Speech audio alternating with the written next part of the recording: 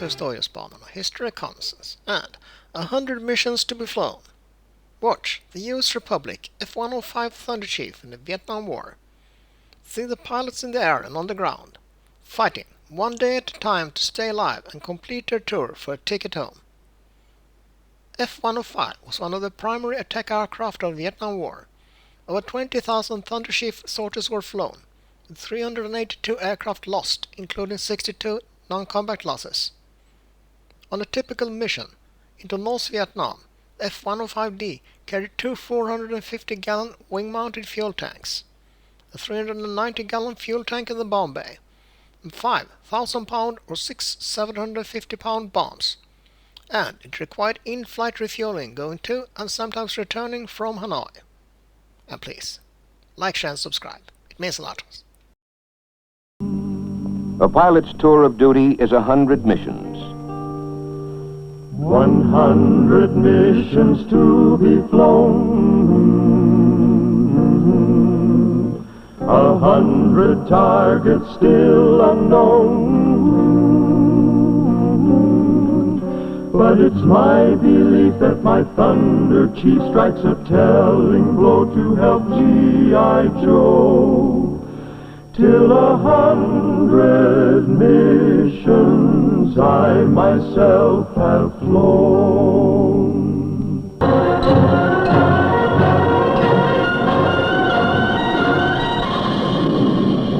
A day can seem to have no beginning and no ending. It becomes a 25-hour day that blends into the one that came before and the one that is to follow.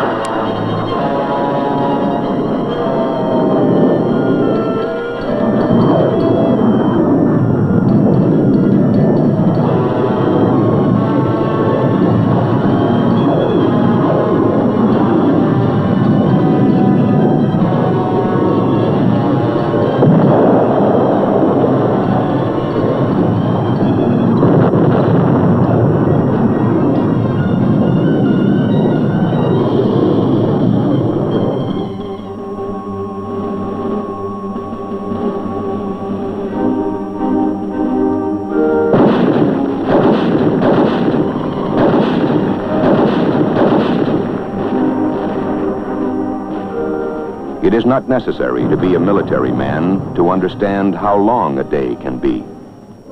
A shot fired at Bien Ho, Da Nang, Quang Tri, Hai Phong, or near Hanoi can strike home in any city, town, or hamlet of 50 sovereign states. 8,000 miles away can still be very close to home. And because it could come closer still, we share the conflict and the strength. We also share the understanding and the courage to prove that the honor of a nation's word has greater meaning than formal letters written on a scrap of paper.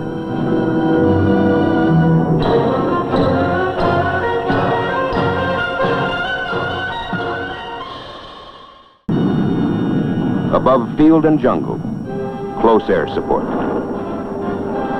Help clear the way for the man on the ground.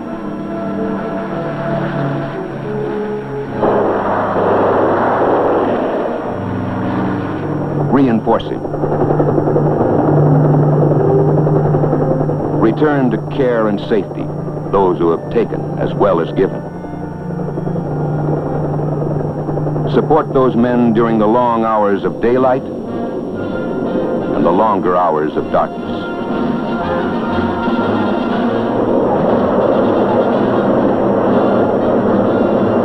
Support them with B-52s against concentrations of troops and supplies. Give the enemy no chance to rest.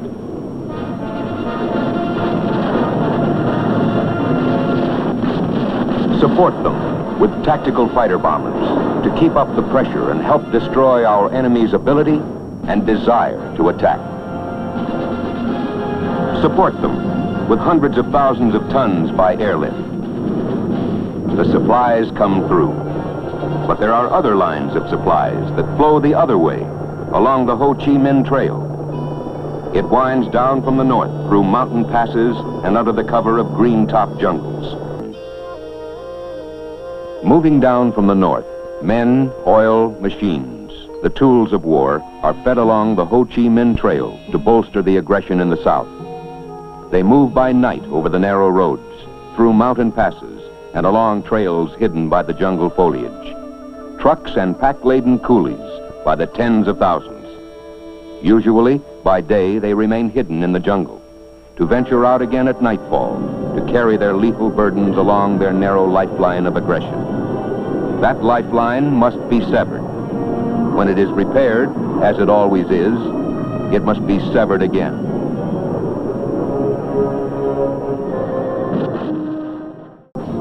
Every gallon of fuel, every gun, bullet, even every ration of rice destroyed north of the 17th parallel may mean the life of a man on the ground south of the 17th. The military call it interdiction.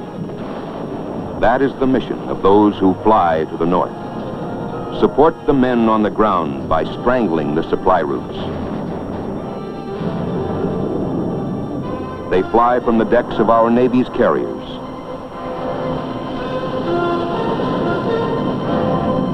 They fly from the surface of the land, the supersonic weapons of our Air Force's tactical fighters. They turn their noses north toward Mugia Pass, toward the fuel storage areas near Hanoi, north to interdict the trains carrying in supplies. The pilots do the flying. The ground crews keep them flying. It's an around-the-clock operation. Fly the mission, maintain the aircraft, repair the battle damage so that the next mission can be flown. No one counts the hours in a day. They keep close track of the months and weeks that they have left to sweat out to complete their 12-month tour of duty. But they don't count the hours in a day. The aircraft our pilots fly are compact, highly maneuverable machines. They have the inherent speed and versatility to be effective in air-to-air or air-to-ground combat. But they are only machines. They must be maintained. The record of keeping flying hours at a rate 3 times normal use speaks loudly and clearly for the kind of men who work with their hearts as well as with their minds and hands. Before we suit up for a strike, each flight leader briefs his own flight. There are 4 in a flight, plus 1 extra, a spare, in case one of the 4 can't take off due to an aircraft mechanical problem. Our flight leader details our entry into the target area, and then our tactics for getting the heck out of there. We listen because we respect him, because he'll be leading the way in. 5 men in a small briefing room. Many groups of 5 in many small rooms. For maybe the minute and a half they'll be over the target area, they'll spend hours of flight planning and briefing.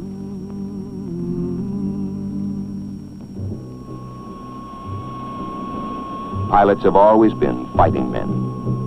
But to courage and daring, today you have to add the great technical skill and self-discipline demanded by their sophisticated weapons. But weapons no more effective than the men who fly them or those who keep them flying. Case in point, combat aircraft are maintained with a dedication that results in flying hours at a rate 3 times normal usage. The line crews understand how much depends on them day after 25-hour day.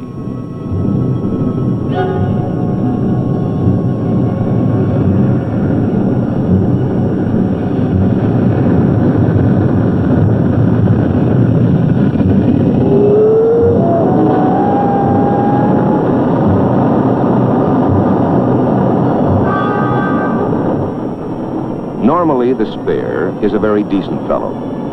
But now he's been through the hours of pre-flight details. He can't help but hope that one of the other aircraft will show up with a minor hydraulic leak or a cut tire. Sometimes that happens, but not today.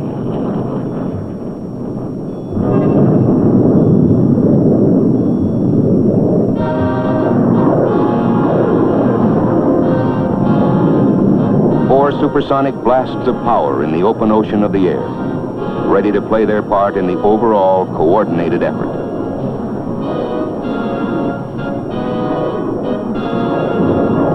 There are other flights in the sky. The F-4Cs are en route. At the same moment in time, the big choppers, affectionately known as the Jolly Greens, are on their way with A-1Es for their protective escort. Their object is to stay as close as possible to the target area, so that if a pilot in one of the attack planes has to hit the parachute, then they can move in to pick him up. If there's enemy ground fire, those A-1Es dive in to keep the enemy's heads down.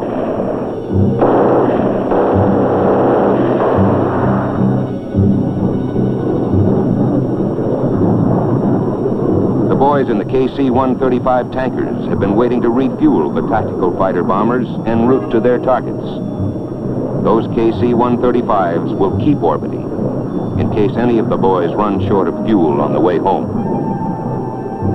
The overall coordination is the result of the total planning by the Department of Defense team effort, the Army, the Navy, and the Air Force. Most people will ask pilots the same question over and over. Aren't you scared? The answer is always pretty much the same. Sure, we're scared, until we button down the hatch. We're a one-man sort of operation. We're our own navigator, radio man, radar operator, and bombardier. Getting into the target, we have to take evasive action. Then it's pop up, dive in, drop the bombs, and get the heck out of there. You watch your fuel. You go over in your mind what the intelligence boys will want to know about the results. At the target, the ground defenses, all the details. You might be scared when you start, but after that, you just don't have the time.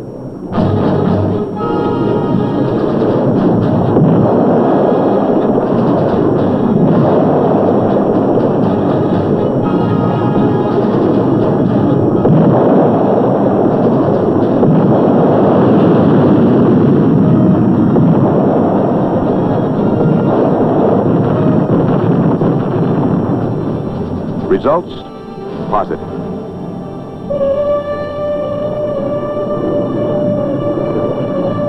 The cockpit is a pilot's office. Management of that office must be as precise and efficient as the complex instruments with which it is equipped. One flight of many flights. And there isn't a combat pilot who doesn't know it. Every bullet, every gallon of oil, every mortar stopped north of that 17th parallel can mean the life of 1 man, 10 men, 100 men south of that parallel.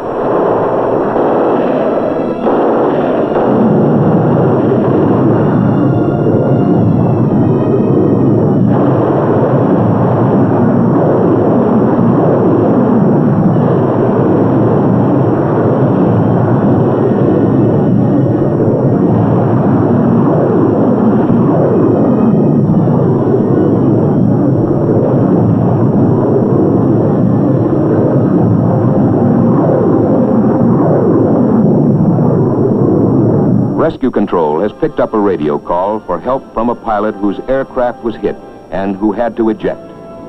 He has contacted the Jolly Greens and given them a fix on the downed pilot's approximate position.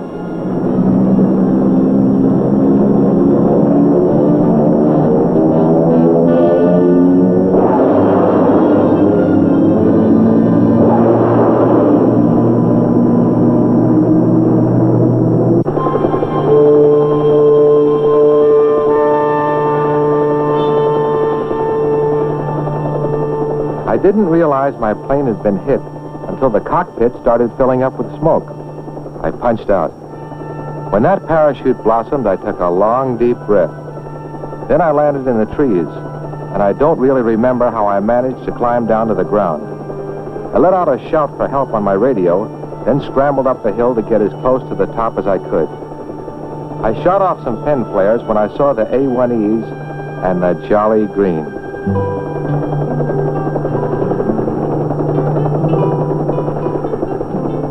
It's hard to put into words exactly how I felt when I knew the Jolly Green was going to get me out.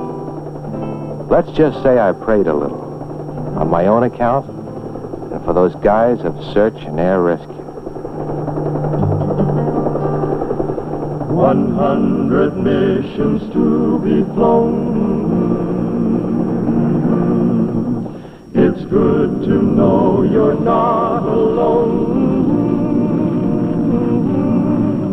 If a shrapnel stump means I have to jump, then the Jolly Green will pick me up clean. Till 100 missions I myself have flown.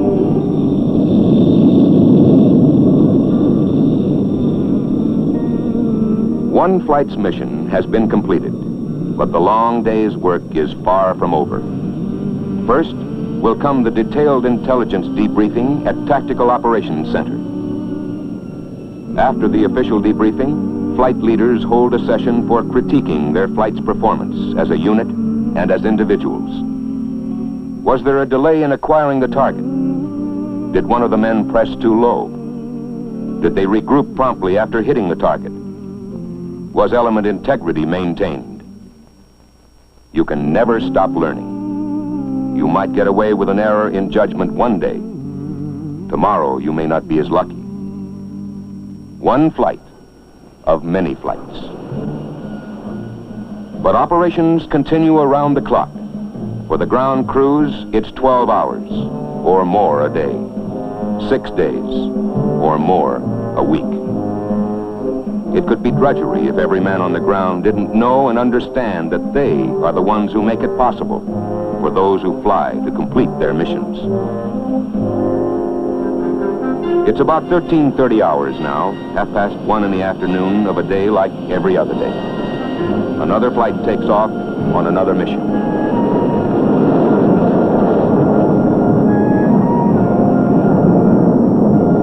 Now, those who went out earlier have a couple of hours off duty. 100 missions to be flown, 100 bridges to be blown. On my left and right, the rest of my flight help keep me alive in my 105. Till 100 missions I myself have flown. No matter what they do or how relaxed they seem, pilots always wonder what tomorrow's target will be. A milk run or a tough one? The answer comes at about 1800 hours, when flight planning for the next morning's strike starts. Usually, flight planning takes 2 or 3 hours. On a new tough target, that time can easily be doubled. A fragmentary order, FRAG for short, comes to the Wing Tactical Operations Center and is the small part of the overall order that relates to the fighter wings. The orders come down from DOD and the Joint Chiefs of Staff. Then at wing level, they are broken down and missions assigned to the squadrons. There are many frags that make up a day's total coordinated effort.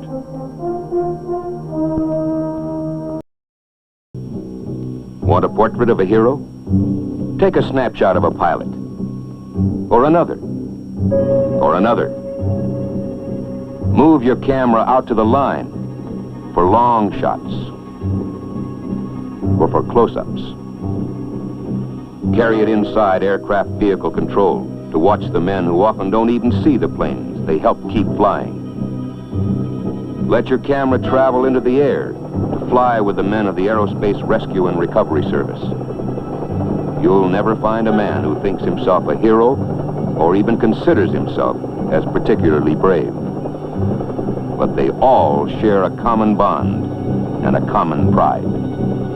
They are all working members of the same fighting team, fighting each in his own way, to try to slow down, and if possible to break down, the flow of supplies to the south, and to adversely affect the will of North Vietnam toward carrying on their aggressive operations. The total task is large, and yet, as it always is, Each small fragment of that total is very personal. Men may live 3,000 miles or more apart back home in the States, but here there are no state lines, no county lines, no country boys or city boys. No one asks their social position or who their ancestors might or might not have been. Nor do we as a nation know what we as a nation have done to have deserved men such as these. Perhaps they reflect the courage and the strength instilled in them by their mothers and their fathers. Perhaps it is the heritage of men who came before, men who stood at Concord Bridge, men who walked through Chateau Thierry, through the Ardennes Forest, and the undergrowth of Guadalcanal and Iwo Jima. Men who ranged the skies over Pacific atolls and over Africa and Europe half a world away. We do not know what we have done to produce men such as these, but we do know these are our men, our fathers, our sons, our brothers. It is only right that not only should we be proud of them, we can be proud of them.